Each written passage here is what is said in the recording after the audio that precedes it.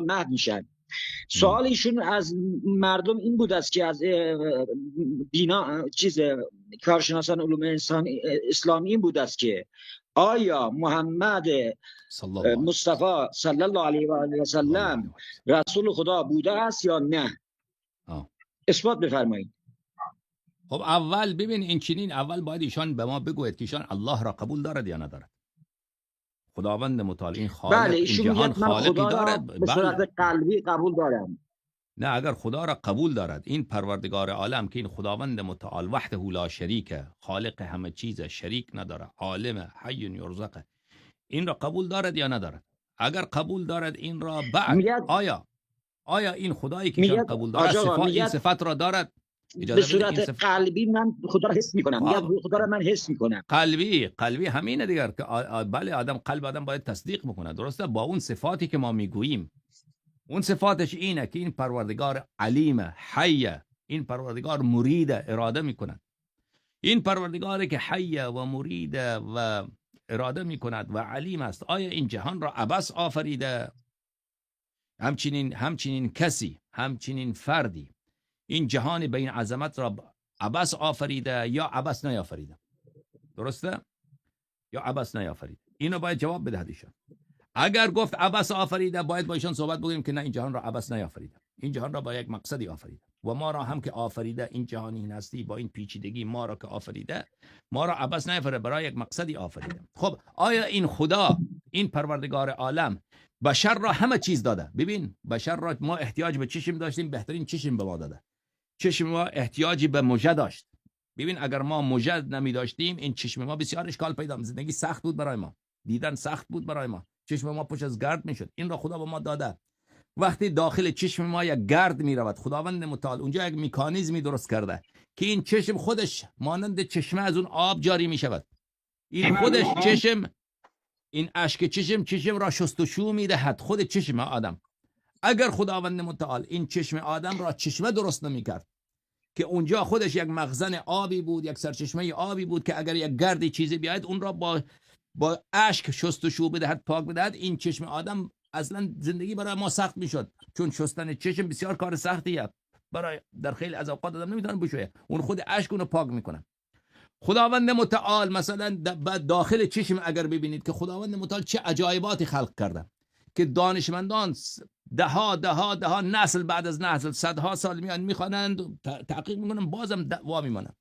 خداوند متعال که این همه داده. ببینید دستگاه گوارشی انسان که غذا میخورید، داخل شکم آدم، داخل معده آدم چه مخلوقاتی هست، زنده جان، هزاران نوع باکتریا در داخل شکم آدمه که اگر این باکتریا ها نباشد ما و شما مریض میشیم، غذا نمیتونیم بخوریم، غذا نمیتونیم هضم، میمیریم.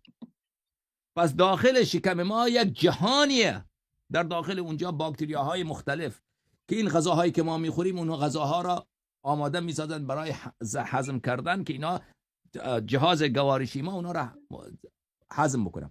ببینید اینه که همه چیزی که ما احتیاج داشتیم به ما داده. آیا این پروردگار، این که ما و شما چگونه زندگی بکنیم، قانون زندگی ما چیست، نکاح ما چگونه باشه، طلاق ما چگونه باشه، خرید و فروخت ما چگونه باشه، نیایش ما با خود اون پروردگار چی باشه، این خدایی که خودش ما را با معرفی بکنه که من خدای شماست، من شما را آفریدم، من این صفت را دارم، این صفت را ندارم، خودش را به ما بگوید. درسته؟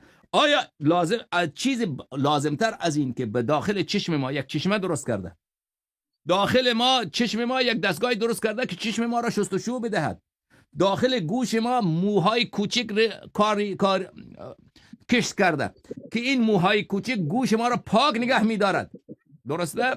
داخل شکم ما هزاران نوع باکتریا درست کرده، داخل نظام گوارشی ما، در کلون ما اونجا چقدر باکتریاهای دیگر که داخل شکم نیست، داخل معده نیست، اونجا از اینا مهمتر این نیست که ما انسان ها چگونه زندگی بکنیم که بر همدیگر ظلم نکنیم، یک نظامی باشد در دنیا که همگی در اونجا با رفاه، با انسانیت، با کمال برادری زندگی بکنن و بر همدیگر ظلم نکنن.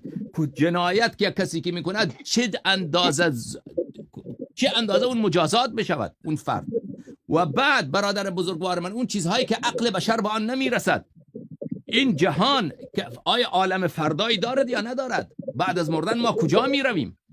بعد از این که ما مردیم، اگر خدا این جهان را عبث نیافریده، پس باید بعد از مردن جهان دیگری باشد. اون جهان دیگر با این جهان چه ارتباطی دارد؟ خداوند متعال این مطالب را به ما گفت، بگوید بهتره یا نگوید بهتره؟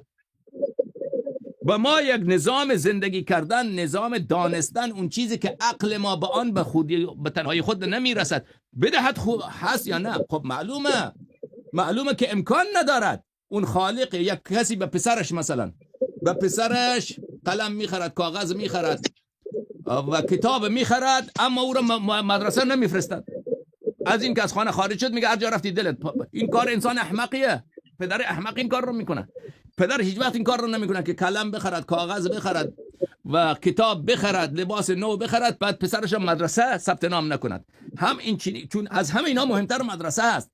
خداوند متعالی که به بشر همه چیز داده، اون چیزهایی که به فکر بشر هیچ نمیرسد، خداوند متعال به ما و شما داده. مثالش مثلا در خلقت چشم، در خلقت گوش، در خلقت زبان، در خلقت دندانها، در خلقت دستها، این ناخنها، سران انگشت و غیره و غیره، در هر جای بدن انسان اونها را به ما داده. آیا این خداوند متعال به ما این که ما چگونه زندگی بکنیم، چیزهایی که عقل ما نمیرسد، اونها پیغام خدا برای ما چیست و نظام زندگی اونها رو به ما نداده؟ اگر نداده باشد خیلی عبثه دیگر، خیلی ظلم دیگر. مانند این که شما برای بچت غذا بده، بعد در کیفش غذا بگذار، پول بگذار، کتاب بگذار، قلم بگذار، کاغذ بگذار، بعد اون را بگو هر طرف که رفتی برو، سینما خواستی برو، فاحشه‌خانه رفتی برو، هر جا که دلت خواستی برو، مدرسه نرسان. مانند اینه.